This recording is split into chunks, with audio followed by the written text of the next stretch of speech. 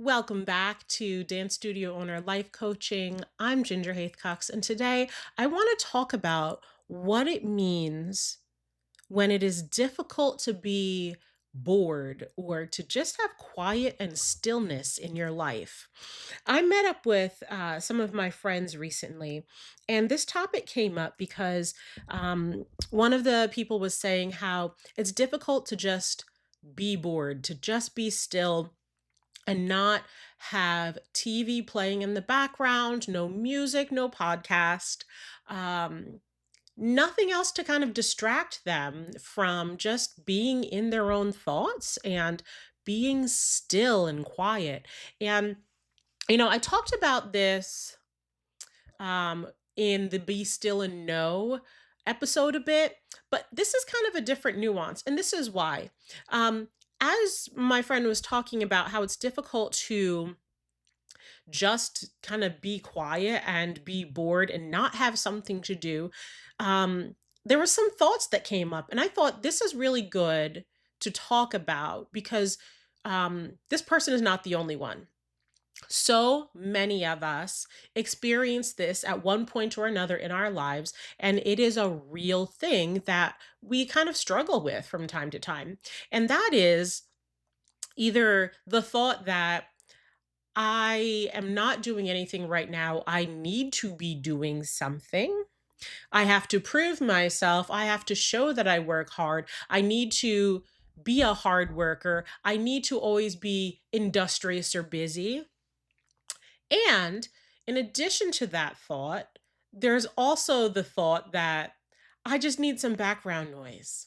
I just I just need other things going on. Like I just I don't like it when it's quiet. And the thing that I said um when they were talking about this, I said, "You know what? In the life coaching world, we say that discomfort with just being alone with ourselves is due to buffering. And when we are uncomfortable just being alone with ourselves and our thoughts, right? Because so many times we say that we don't like being alone. We don't like this quiet. We want something. We want somebody there, maybe a dog or a cat. Maybe we want a book. We need something else to make us feel comfortable. I think what we're really saying is, I'm not comfortable with myself. And this is very different from being fearful of being alone because you're scared something's going to happen to you, right? It's very different. When we are alone and things are still and quiet around us, we don't hear any outside noises, then we are in a place where we can actually hear ourselves. There's nothing else to drown out our thoughts. And what happens when we get to this place is we realize that we have thoughts that we have been trying to block. We have thoughts that we've been trying to ignore. We have thoughts that are kind of scary thoughts. And these are things like, I always wish that I could make a business that does this. Or I'd really love it if I could stop doing this particular thing in my business. Or I'd really love to sell my business and be done with it. Or maybe, I don't know, I feel uncomfortable in my marriage and I wish something would change. Maybe I should get counseling. It could be maybe you want another child. It could be that you want to go get certified in something completely different than your path has been going for your career.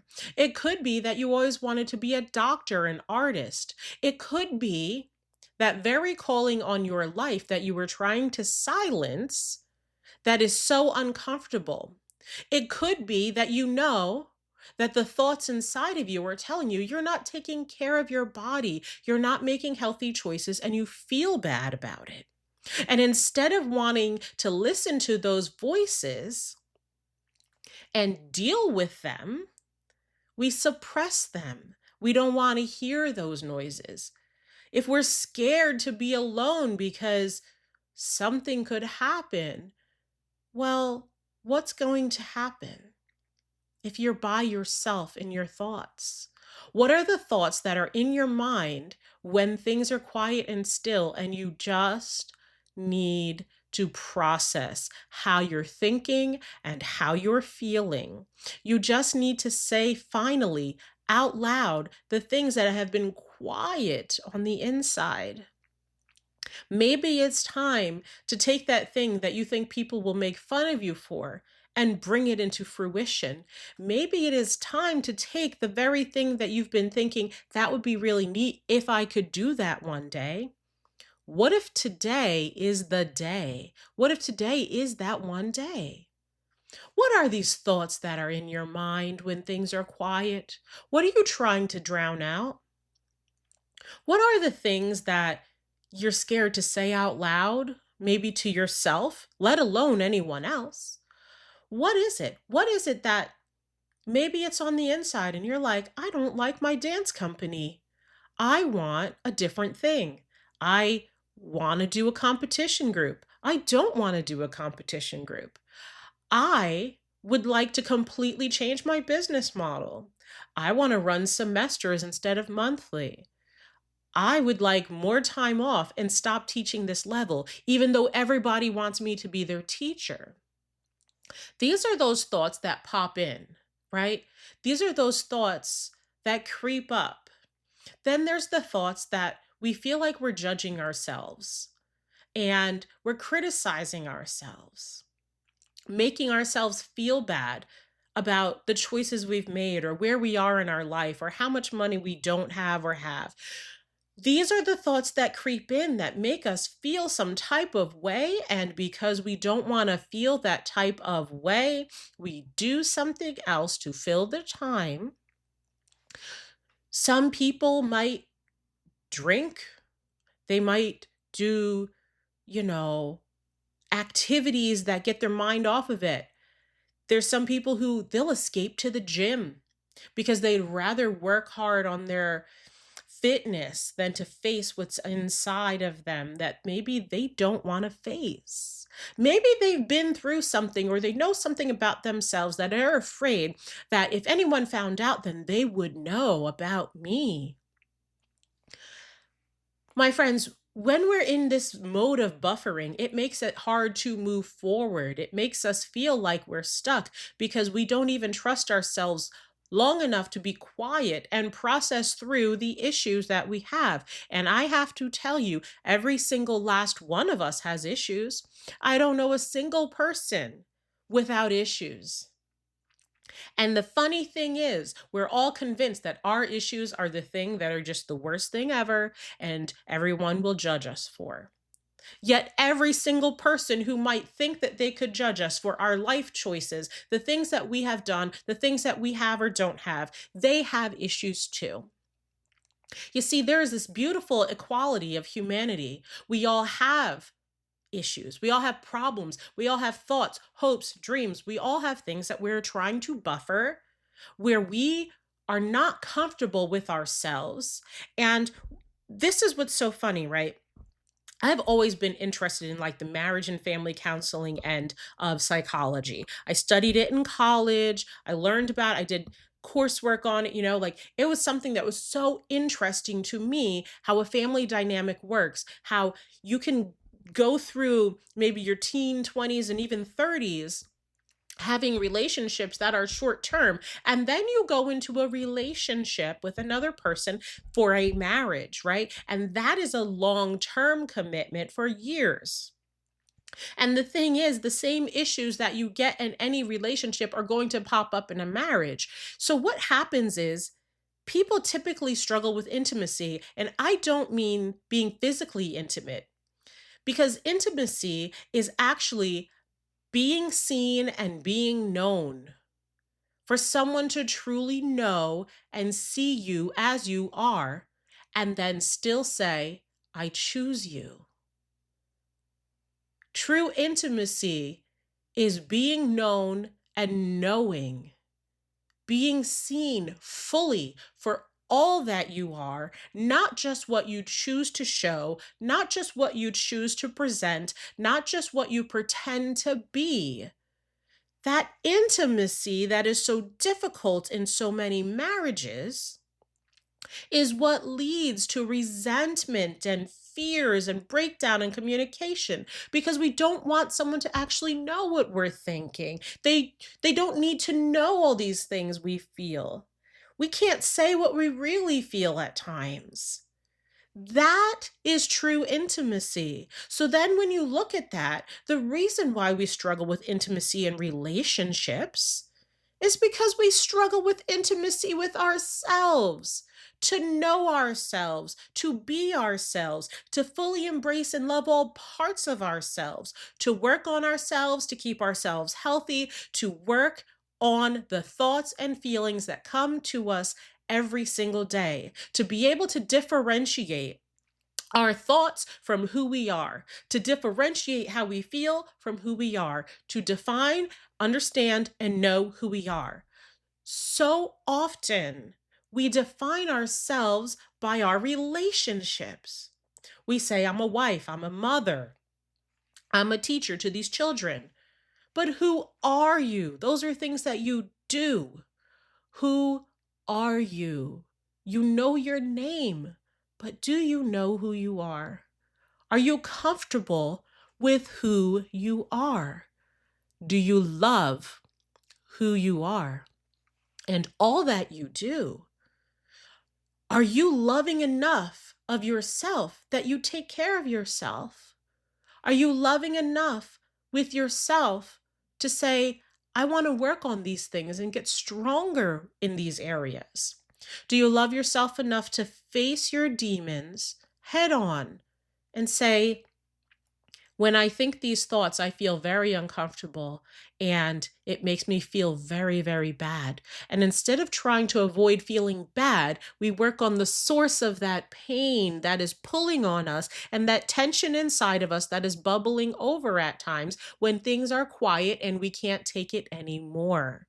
That, my friends, is why buffering is an indicator that something is going on more deeply. People buffer with food. I know I've done it. You have the comfort food, and for that moment, you feel better. But then, once it's over, then you say, gosh, now I feel bad about what I was eating and the thing that I was avoiding by eating. So, friends, being bored and being uncomfortable being bored is an indicator to us that there is something going on inside of us, right? It's an indicator that we need to focus on ourselves and the intimacy we have with ourselves. You see, if there's a desire in your heart of something you want to do and you choose to suppress it and never go any further and do anything with it, you're going to keep having that tension until it's resolved. This is a tough one. This is really a tough one. And getting alone with our thoughts, writing things down, journaling, talking to someone, um, figuring out and fleshing out our ideas, pursuing something that our spouse thinks is stupid, right? This is hard. Telling our boss we're done, we're not going to work here anymore, quitting our job and not knowing what's next, starting a new business venture and not knowing what the heck you're doing. My friends, these things are scary because we have real needs, right? It's easy to say, well, yeah, I could get up and run away and do this thing, but then we have real needs. We have real needs for financial stability to be able to afford a roof over our house and food and transportation, right? To take care of our families. And so, for that reason, sometimes we don't even go down the road of pursuing those things that are in our thoughts. So, one could say, I really believe that I would feel healthier if I were to lose weight. But then I can't use the money for a diet plan or a gym or this or that or special food because then it will take away from this other area in my life. So I just won't even get started. And instead, I just feel like crap. So I might as well just eat the cookies because I'm not going to lose the weight anyway. And then I can't stand it to be by myself with these thoughts that keep coming and coming and coming day after day, night after night. And so I will drown them out with something else. This is hard work, my friends. There is no easy way out of this discomfort. I'm going to tell you that now. There is no easy way. I don't have the magic bullet, but I do know that when we catch ourselves buffering against being alone with our own thoughts and uncomfortable with being with ourselves and only ourselves and facing and listening to those thoughts and how we feel, if we can just acknowledge that we are buffering and get curious enough to figure out why and what is the real reason, what are the things that are going on in my mind that I don't want to face, then that is the start of change. That is the start of transformation. That is the start of something new. When you, instead of saying, I'm just going to keep doing this, I'm going to just turn up the music louder, I'm going to have music on in the background, I'm going to have the TV, I can't just be alone and quiet. If you can say, what am I avoiding? What am I trying not to deal with or face? What emotion do I no longer want to feel? And so I'm going to avoid it by doing something else. What feeling do I have that I'm going to drown out with alcohol? What feelings do I have that I'm just going to just try to avoid? So I'm going to pick up the phone and call somebody because I can't stand to be alone by myself. This is happening to everyone. You are not alone. You are not broken. There is nothing wrong with you. You are a beautiful, wonderful human being. And if you find yourself in this situation, get curious enough to figure out what it is you are buffering against. And when you do that, you are on the road to transformation, my friends. If today's episode resonated with you, you might enjoy life coaching. For me, it was transformative. One of the things that I love so much is the combination of practical tools of psychology included with business coaching. And that's what I do within my coaching program. If you would like to learn more and become a one-on-one coaching client with me, visit my website at gingerhaithcox.com/coaching and book your breakthrough call. We will talk through where you're at, what's got you stuck, and how we can move you forward. I wish you all the best. Take care until next time.